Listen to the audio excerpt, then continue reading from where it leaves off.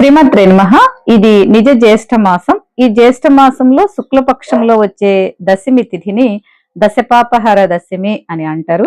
ఇది బుధవారం 24వ తేదీన వస్తుంది. అంటే మనం తెలియకుండానే మనసు ద్వారా, శరీరం ద్వారా, ఆలోచన ద్వారా ఇలా 10 రకాలైన పాపాలను చేస్తాం.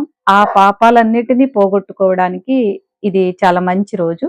వీలైనంత వరకు గంగా నదిలో స్నానం చేయడం చాలా మంచిది. ఒకవేళ మనం నదికి వెళ్ళలేకపోయినా ఇంటి దగ్గర అయినా గంగా గంగా గంగా అని 3 సార్లు గంగాదేవిని తలుచుకొని స్నానం చేసి అమ్మ యొక్క 12 నామాలను 9 సార్లు చదువుకున్నట్లయితే అమ్మ అనుగ్రహం మనకు బాగా లభిస్తుంది. ఆ నామాలు ఏంటి అంటే నందిని, నళిని, సీత, మాలిని, మహాపగ, విష్ణు పాదాబ్జ సంభూత, గంగా, త్రిపథగామిని, భాగీరథి, భోగవతి, జాహ్నవి, త్రిదశేశ్వరి. ఇవి 12 నామాలు. మనం స్నానం చేసిన తర్వాత ఈ 12 నామాలను 9 సార్లు చదువుకున్నట్లయితే మనకు గంగామాత అనుగ్రహంతో మనం పరమ పునీతులుగా అవుతాము. సర్వేజన సుఖినో భవంతు.